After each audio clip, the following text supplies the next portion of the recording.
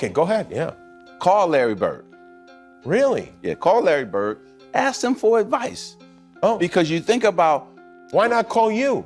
Well, she can call me. Oh. But what does Larry, he know? I mean, Indiana, he's already there. Oh. And I think that he could give her great advice on how to handle this situation because he went through it himself. So it would be a perfect situation. He already lived there, grew up in Indiana, on and on and on. I think it would be great. They cannot have fucked this Caitlin Clark thing up any worse if they tried. Caitlin Clark is the reason why a lot of great things is going to happen for the WNBA. The WNBA just botched its golden era, and Larry Bird? He's not sending tweets. He's sketching battle plans. After weeks of Caitlin Clark getting hacked like a piñata on national TV, Bird has reportedly floated the nuclear option, build her own team. Not in the league, outside it. A full-blown basketball exodus. But of course, the league still thinks this is a game. So what happens when a generational talent is treated like a crash test dummy and a legend decides to go rogue? Could Larry Bird actually dismantle the WNBA from the outside in?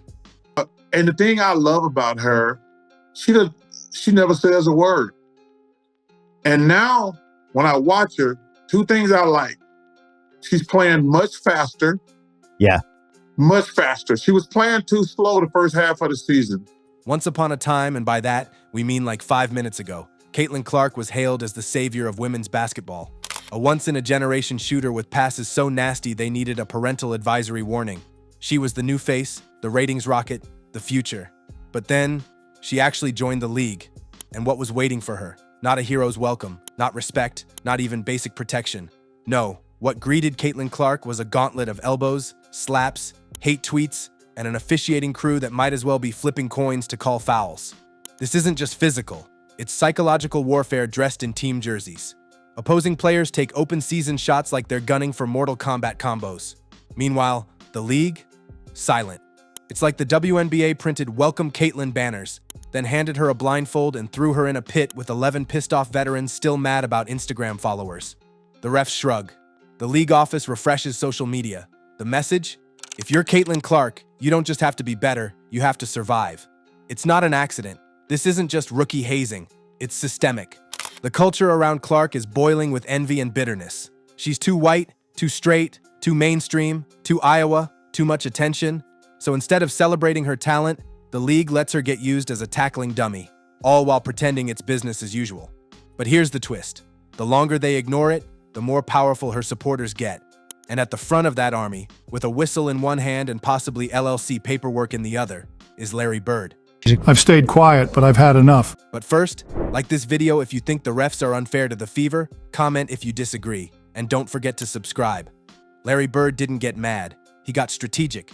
And if you know anything about Bird, you know that's way worse for the people in his crosshairs. After weeks of watching Caitlin Clark eat elbows for breakfast, Bird did what the league wouldn't. He stood up, said her name, and called out everyone. The refs? Useless. The commissioner? Clueless. The players taking cheap shots? Straight up cowardly. And then he dropped the mic with the most insane idea yet. If the WNBA won't build around Clark, he might do it himself. Not an endorsement, not a mentorship, a team. As in, Larry Bird possibly constructing a franchise from scratch just to give Clark a safe, sane place to play actual basketball. What sounded like a fever dream on sports radio now feels dangerously real. The man is dead serious. You can hear it in the way he talks, about her IQ, her toughness, her bird-like tendencies. He doesn't see Clark as some TikTok fad. He sees her as a basketball heir, a piece of hardwood royalty being exiled by a jealous court. Bird has lived this before. When he entered the NBA, it wasn't hugs and parades. It was fists and elbows. The league didn't like his swagger or the hype. Sound familiar? But instead of folding, Bird torched everyone. Now he's watching Clark do the same, but with even less protection and way more cameras. And that, for him, is unforgivable. So he's not asking the WNBA to change anymore. He's threatening to leave it behind. And that sound you hear? That's every executive in the league suddenly breaking into a cold sweat. Caitlin fell to the floor, Marina Mabrey stepped in and shoved Caitlin. A lot of chatter about how Marina Mabrey probably should have been ejected for that to quell some tensions for the refs to get things under control, but that did not happen. Let's talk about the shove. You know the one. Marina Mabrey, professional bench warmer and part-time chaos agent, ran up on Caitlin Clark after the whistle, and body-checked her like she was auditioning for a WWE pay-per-view. Clark, still dazed from a literal eye poke earlier, hit the floor like a rag doll in slow motion. And the refs? Crickets. No ejection, no flagrant, not even a stern glare. Meanwhile, the internet exploded, because this wasn't just a foul, it was a message that said, if you're good, if you're popular, if you're marketable, we'll come for you. And Marina? She didn't walk it back. She doubled down, hit the victim button like it was stuck in her pocket. Damned if I do, damned if I don't, she moaned, as if she was the one recovering from assault. Her defense? Emotional fragility.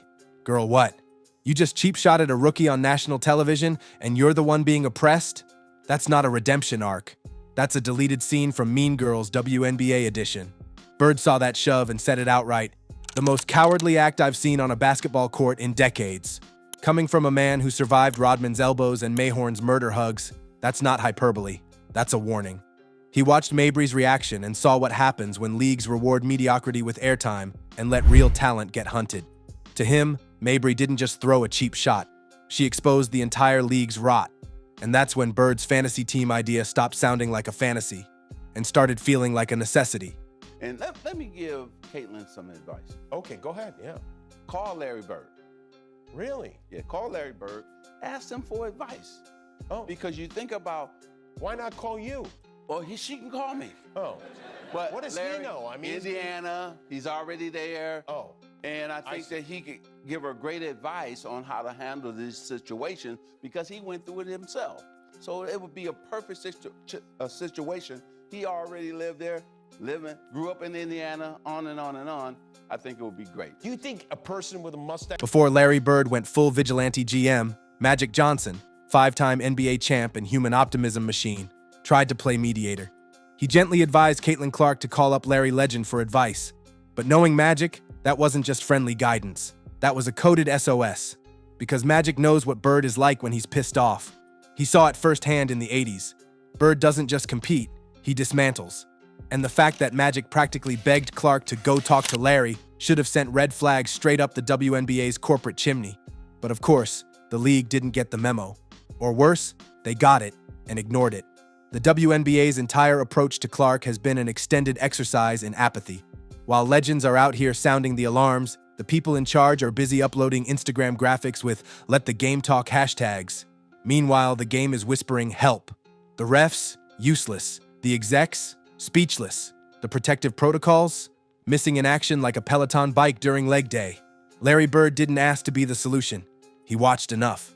He saw the fouls not called, the plays turned into pileups, the smirks from opposing benches when Clark hit the floor. He didn't see a league building around its brightest star. He saw a league daring her to leave. And now, he's not theorizing, he's scheming. If the WNBA won't give Clark the structure, the safety, and the spotlight she's already earned, he'll do it himself. Clipboard, blueprint, and probably a three-point shooting machine powered by spite. Word to describe Caitlin Clark. Amazing. A beast. She is the truth. Listen. Imagine it. A team not built around egos or Twitter drama, but around one mission. Let Caitlin Clark cook. A franchise where playmakers play, fouls get called, and veterans don't try to erase rookies with elbows and TikTok beef. A squad so tailored to Clark's vision that it might as well be called the Indiana Laser Beams. And at the top, Larry Bird, not as a figurehead, but as the godfather of grit, drawing up plays, drafting shooters, and installing security cameras in every tunnel. People are already whispering about it. Is he serious? They ask, as if Larry Bird has ever joked about basketball. This is a man who once told a coach to shut up mid-game and then dropped 40. A man who played through back spasms so bad he had to lay flat on the sideline during timeouts. If he's saying he's ready to build, trust me, blueprints are being faxed. Yes, faxed. Bird doesn't email, he delivers. And here's the scary part. Fans would follow, brands would line up, networks would scramble to bid. Why? Because Caitlin Clark is box office. The WNBA's ratings swing by millions depending on whether she's on screen.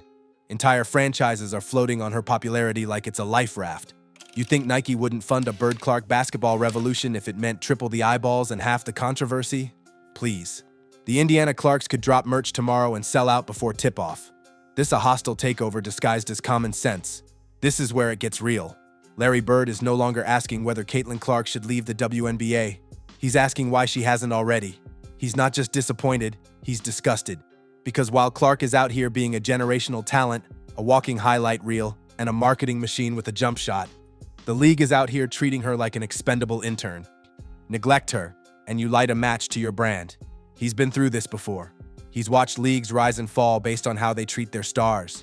And if the W keeps playing this game like it's street ball with Wi-Fi, he might just pack up, build his own team, and give Clark the kingdom she was promised. The question now isn't whether she'll stay, it's whether we'll follow her when she leaves. Larry Bird isn't waiting for permission anymore. If the WNBA won't protect Caitlin Clark, he's ready to build the fortress himself. Drop your thoughts in the comments. Would you support the Indiana Clarks? Is Bird bluffing, or are we witnessing the start of a basketball revolution? One thing's clear, this story isn't ending, it's just heating up. If you're still here, drop a GOAT in the comments, because that's exactly what you are for sticking with me. See you next time.